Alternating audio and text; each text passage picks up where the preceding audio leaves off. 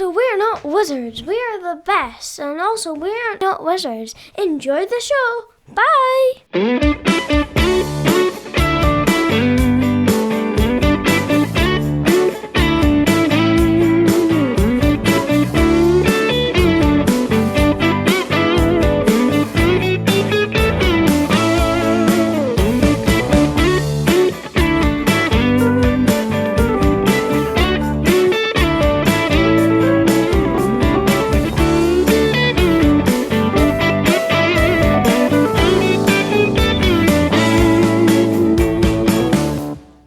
That Old Wallpaper card game review, Alderac Entertainment Group.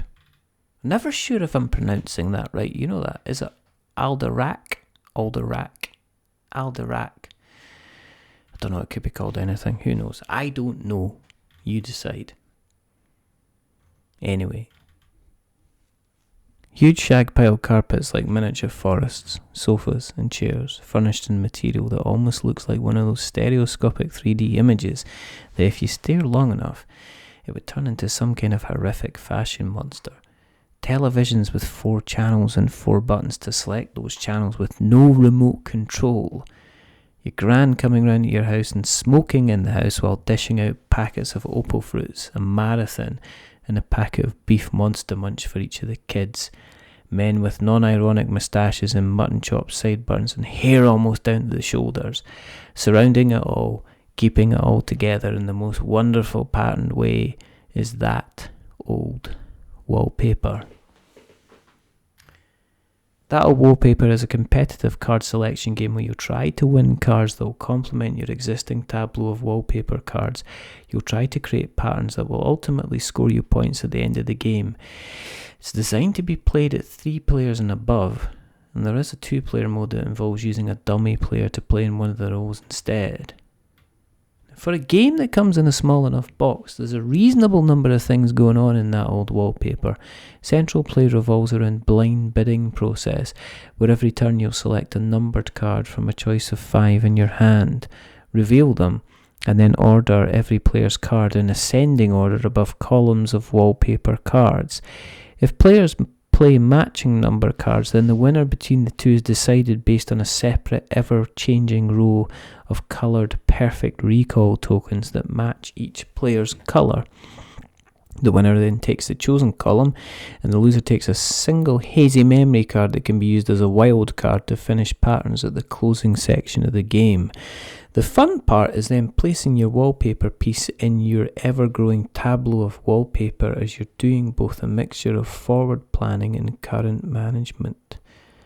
Often you'll be hoping to be bumped in the selection process as you're lucky to win a wild card which becomes more valuable as the game progresses. Once you've played a total of 15 turns, then points are determined on the number of completed patterns you've achieved.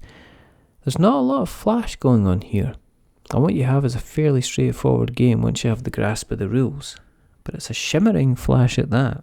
In terms of winning, the winner is decided by the player who scored the most points by collecting coloured sets of wallpaper patterns. There are additional points for those who have collected unique mementos, and a points penalty if you've managed to collect the most red oval shapes. The whole process of scoring is made much simpler by the layout of the scoring sheet and how the various patterns are tallied, and it helps remove the normal mental arithmetic headache normally associated with these types of games. In terms of looks, it's abstract, colourful, bright, shiny, tinged with nostalgia as the game aim on the looks front, and to be fair, once the game's in full swing, that old wallpaper doesn't disappoint. The mixture of bright primary colours gives the game a wonderful bright footprint on the table, and there's an adequate difference between the symbols that you place that even those with severe colour blindness should be able to play the main game.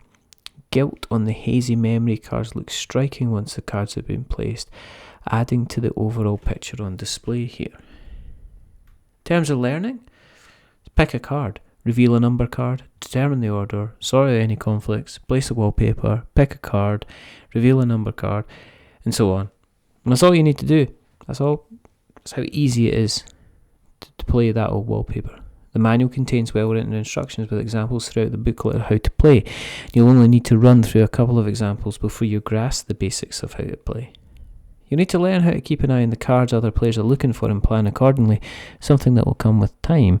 The only thing you really need reminded on is making sure you've added the extra cards to the columns that have the red oval marker on the wallpaper, as that was something I've forgotten, so many times when I played the game. Even when you play with a full complement of players, once everyone gets a hang of what they're doing, then this game will easily land on lead of table within about 45 minutes, if not much shorter. While you're playing a reasonable number of rounds, play happens simultaneously, so there's next to no downtime and you possibly feel that you have less time than you need rather than more. This is a game that you'll play before the main event, or several times over a lazy Sunday if the TV is boring and you don't want something too heavy. In terms of what I think, well, there's more here to that old wallpaper than you would have you believe. On the face of it, it seems like a simple tableau building affair where you'll often try to do your best with what you've selected according to the wallpaper columns available. However, in multiple plays, you realise that the main thrust of the game is in the blind bidding, trying to remember what other players might have fielded in previous turns and hedging your bets on where your card might end up at. It's possibly going to be several games before you even start to notice the cards other players are vying for, and more games when you decide it's actually not too bad to lose columns to gain a hazy memory card allowing you to mitigate and complete incomplete patterns that you're left with at the end of the game.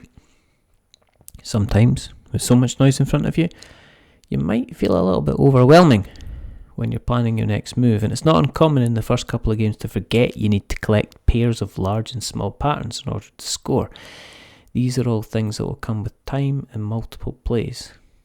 My only gripe, and one that's becoming more common over time, is the claim that this game is 2-player, when it's clearly been designed for 3 to 5. 2-player variant is functional but misses out on the fun of the blind bidding process at the beginning of the game. That old wallpaper plays very well at 3-player count and above, and to be honest, I would think twice if it's only going to be you and a friend. Nostalgia at smaller player numbers, it's just not what you remember it being.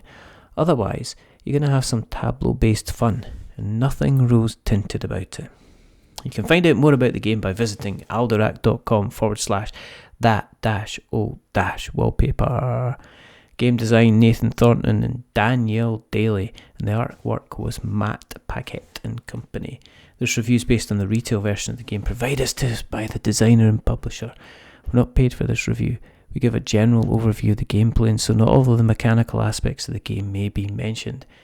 If you like what you've listened to, then you can check out the actual written version on we'renotwizardstabletop.com, and if you'd like to support the show further, you can go to patreon.com/we'renotwizards and consider chucking us a buck. Until the next time, stay safe, roll sixes, make something awful. Until the next time, goodbye.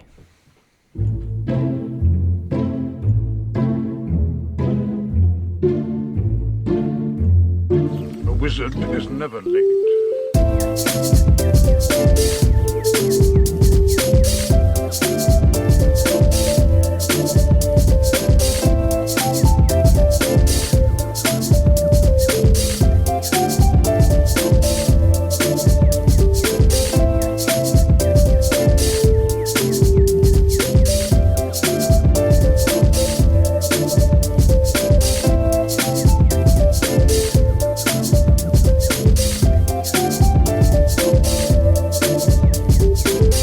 Nor is he early. He arrives precisely when he means to.